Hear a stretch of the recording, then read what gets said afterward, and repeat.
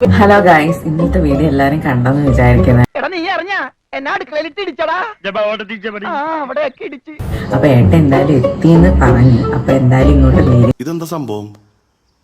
എനിക്ക് ഡിവോഴ്സ് വേണം. ഡിവോഴ്സാ? നീ കാര്യം പറടാ.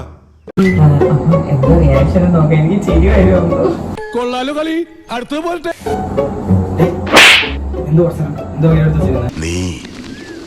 നീ പകപോക്കാണല്ലേടാ.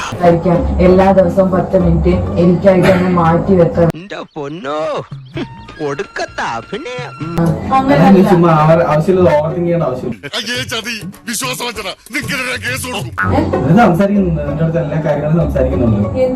വേണ്ടത് തമാശയല്ല.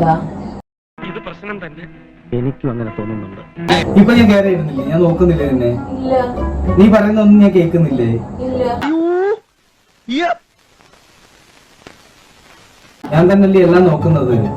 വീഡിയോ എടുക്കുന്നത്, എഡിറ്റ് ചെയ്യുന്നത് എല്ലാം ഞാനല്ലേ. അപ്പൊ എനിക്ക് എന്റെ കാര്യങ്ങൾ നോക്കിയല്ലോ പറ്റും.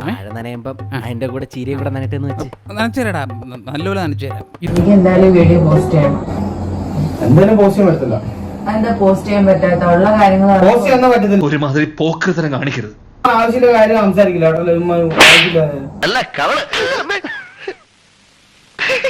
കൈ വെക്കുന്ന കൈവൊക്കെ ഞാൻ തോണ്ടിയതില്ല. ഞാൻ എനിക്ക് തോന്നാൻ പാടില്ല.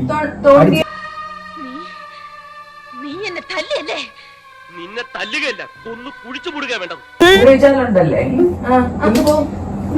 ഇവളെ ഇന്ന് ഞാൻ ഉപയോഗിച്ചാലുണ്ടല്ലേ? അന്ന് പോ.